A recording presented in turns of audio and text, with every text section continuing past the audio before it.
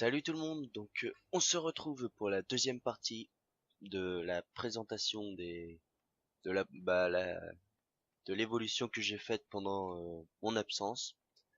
Dans cette deuxième partie, je vais vous présenter l'avancée que j'ai fait avec les avions russes. Je ne sais pas si vous avez vu ou si vous vous rappelez de la dernière vidéo. Donc dans la dernière vidéo, je n'avais que des avions tier 3 et si vous le regardez ici, j'ai 4 avions tier 4, plutôt une bonne progression, dont un cinquième qui devrait pas tarder à arriver. J'en suis à peu près la moitié. Donc euh, voilà. La puissance. Franchement, j'adore les Russes. C'est des avions qui sont super. Je conseille franchement. Et voilà. Je vais vous présenter les nouveaux avions. Donc même je me rappelle que j'ai parlé du Yak 9K, mais je ne l'avais pas encore. J'étais en train de le débloquer. Maintenant j'ai le Yak 9K et puis j'ai que comment dire, j'ai 4 tier 4 maintenant. Donc voilà. Allez, c'est parti. On commence par le LA-7B. Avion un chasseur russe équipé de 3 canons de 20 mm. Tous centrés, généralement ça fait bien mal. Niveau maniabilité, à 21 secondes 5 au tour. Je crois qu'il descend dans les 21 secondes quand on l'améliore. Donc euh, Niveau c'est pas mal par rapport à certains avions dans cette catégorie.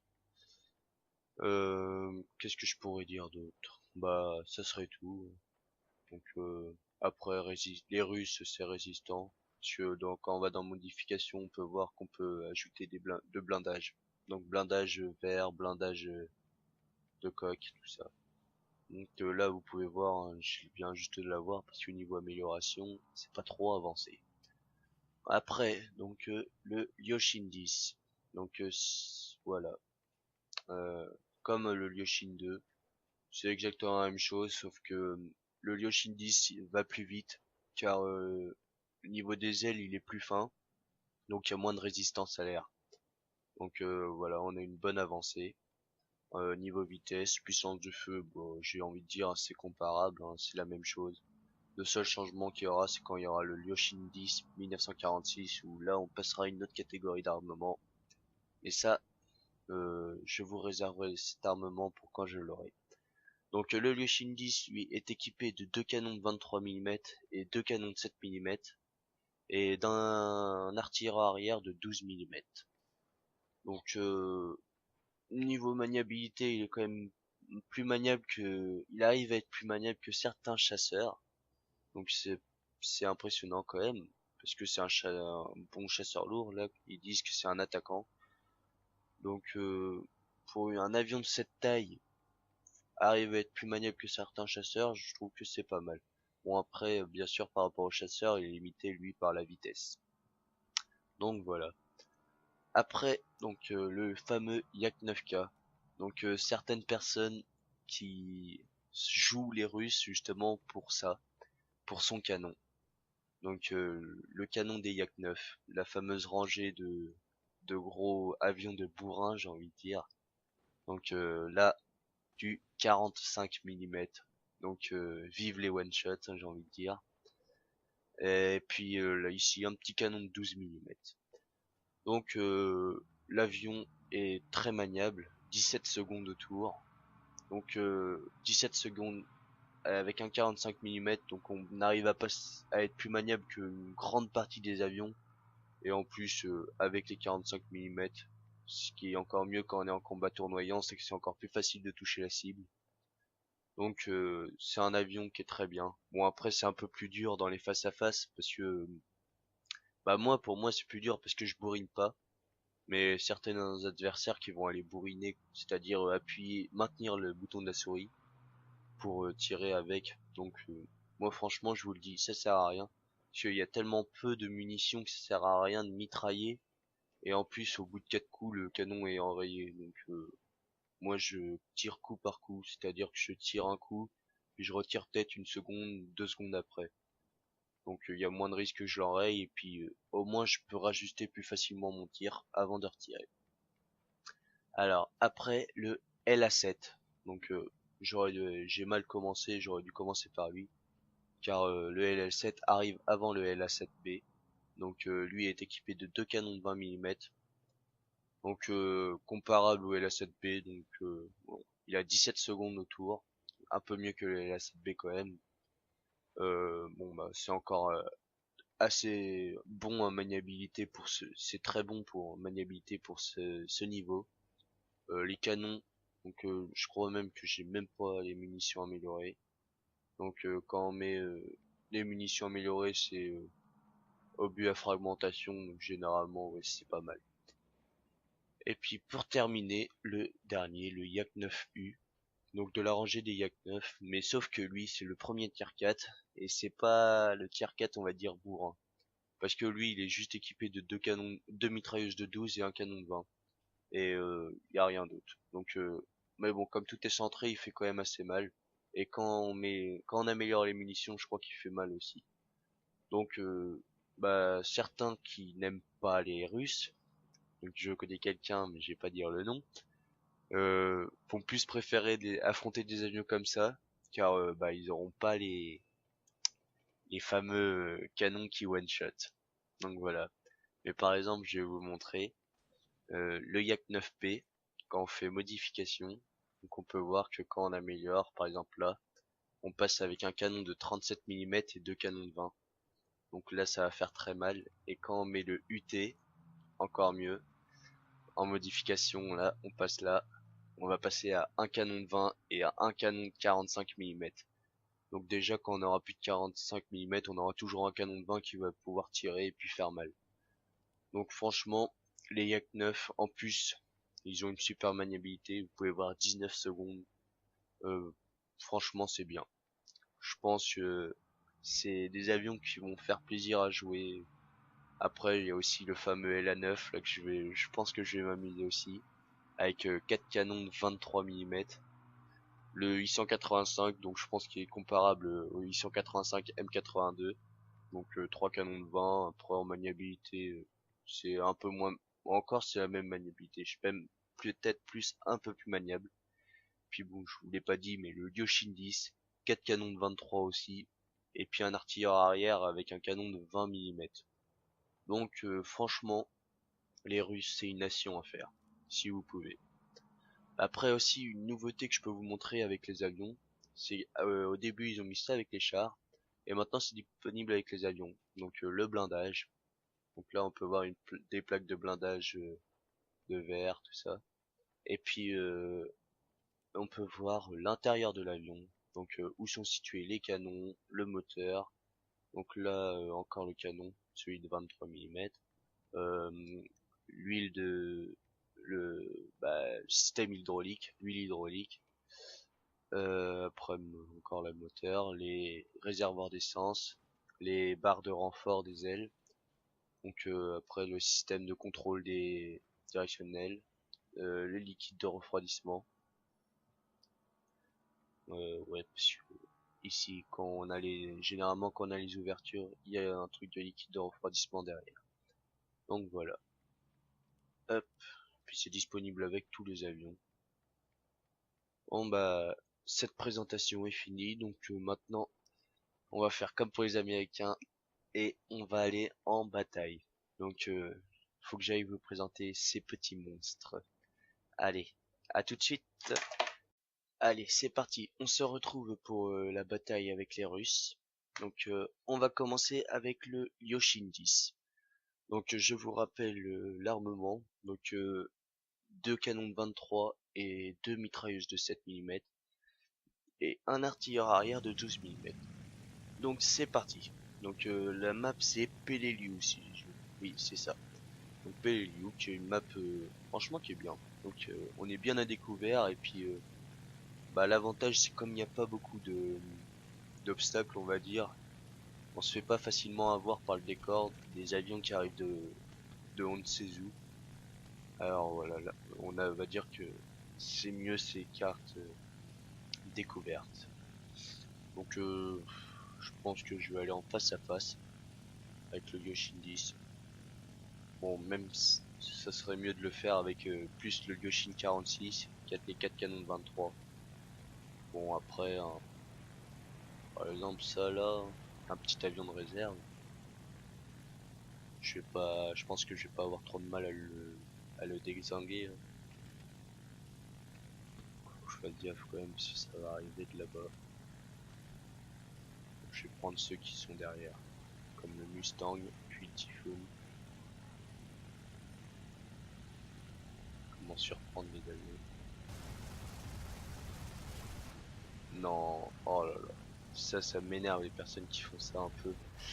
Bon, il y a un peu de ma faute, mais c'est décevant parce qu'ils savent que ils viennent, on va se rentrer dedans, mais c'est à moitié s'ils font exprès en fait de vous revenir dessus au dernier moment pour vous rentrer dedans.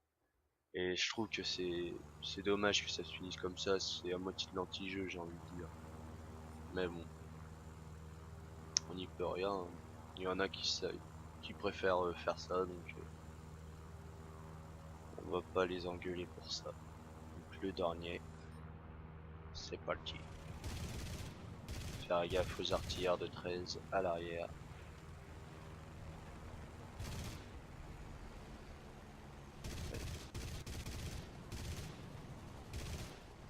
Bon, il s'est fait arracher son aile. Hop. Bon, on va aller là-bas. Si on peut faire quelques bateaux de patrouille là, en même temps de se faire quelques Focke-Wulf. Car franchement, ouais, je suis plus maniable que les Focke-Wulf là. Donc se méfier aussi, pas faire trop de face à face parce que un risque de mourir. Et là, seul contre deux Focke-Wulf, c'est quand même dangereux. Donc je dis pas de faire face à face, mais je vais quand même en faire un. Bon, ça va, je m'en sors bien. Surtout qu'en face c'est un A8. Donc j'ai envie de dire, m'en sors bien. Allez, on sort la bête, le Yak 9K. Donc le Yak 9K, hein, ça c'est... Il adore bouffer, c'est les Focke-Wulf. Pas maniable, donc dès qu'il se met à tourner en rond, Focke-Wulf, ça explose tout seul. Donc on va aller là-bas, on a quelques avions. Tu veux là le Focke-Wulf, à mon avis, passe avec un F8 F au cul, je pense qu'il va pas réussir. Ah, je pense qu'il va pas tenir longtemps. Car F8F, je crois que c'est le tier 4 le plus maniable ou un truc comme ça, mais c'est un monstre. Mais voilà, il coûte un peu cher en expérience. Voilà. Alors, quel avion faire?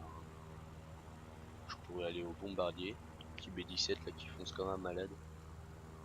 Je vais essayer de le shooter vite avant qu'il détruise des unités au sol.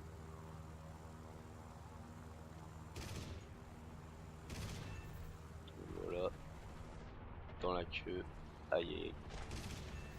Bon, allez, on s'écarte vite avant de vraiment se faire casser la gueule. Donc comme vous pouvez voir là, c'est un peu puissant. Un B-17 qui se détruit en deux coups, c'est pas souvent que ça se fait. Donc là le Focke-Wulf, s'il bouge pas, je vais me le faire.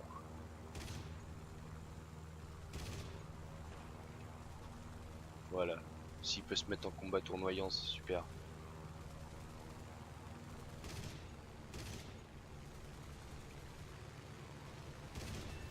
Voilà. Ça explose tout seul vraiment. Alors, le Spitfire maintenant.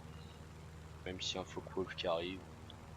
Bon bah, on va aller manger du Focke-Wulf. Plus là, moi il fait...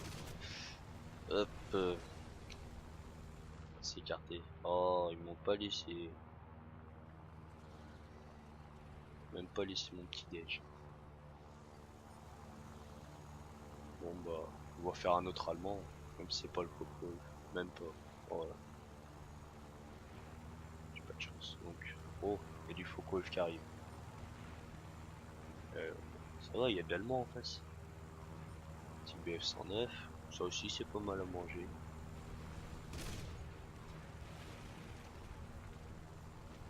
Ah, j'ai pas vu ça moi. Ah ouais.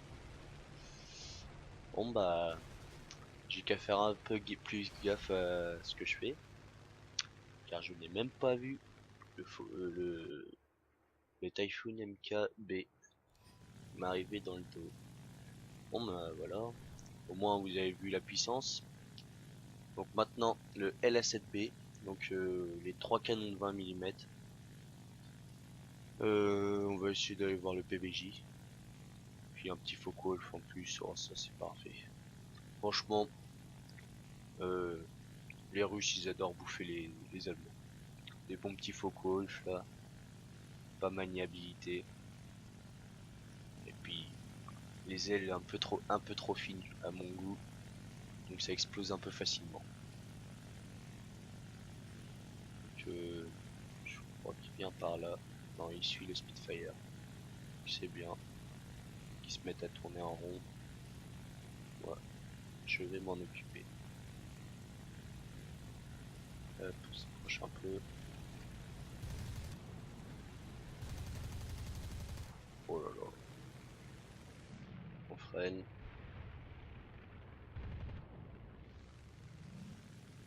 On active le moteur. Et c'est parti.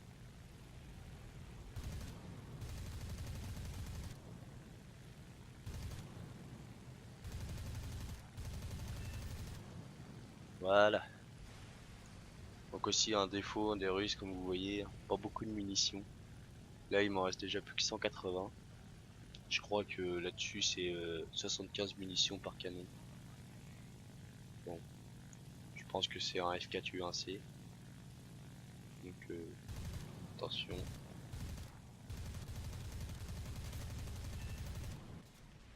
Roquette.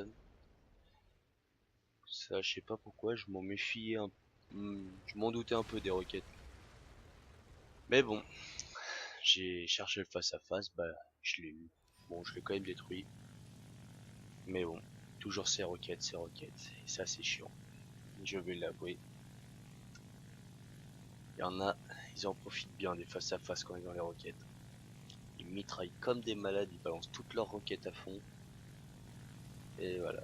Donc bah, lui il a pas de chance, Bélicet. Je crois qu'il a perdu quelque chose. Mais bon, il vole toujours. Bon, autant lui tirer dessus, on peut gaspiller les munitions pour rien. On va passer tout près. Sans se manger la carcasse, ça serait con. Alors là vraiment ça serait super con de se bouffer la carcasse du machin alors qu'il est mort. Et qu'on a largement de quoi passer à côté. Mais bon, il y a certaines personnes à qui ça arrive. Et c'est dommage pour eux. Spitfire, non, allez celui-là. Oh il décroche. Il a décroché. Je crois que ça m'est arrivé une fois de décrocher en arcade. Parce que j'ai pas fait gaffe à la vitesse. J'ai continué de piquer. Puis bah avec la vitesse que j'avais. Non non non. Oh non. Oh là là. Bon bah. Je suis vraiment désolé de vous montrer ça franchement. Mais bon, à pareil de conneries, là, de décrochage, tout ça, bah, j'ai envie de dire, quand je parle de conneries, à chaque fois, ça m'arrive, cette connerie. J'ai vraiment pas de chance. Ah là là là là. Toujours que ça m'arrive à moi, ces conneries. Bon, bref.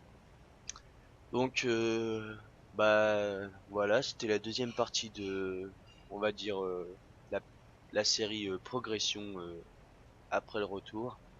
Donc, dans la troisième partie, je vais vous présenter ma progression avec les avions britanniques, les Spitfire, Typhoon, puis Beaufighter.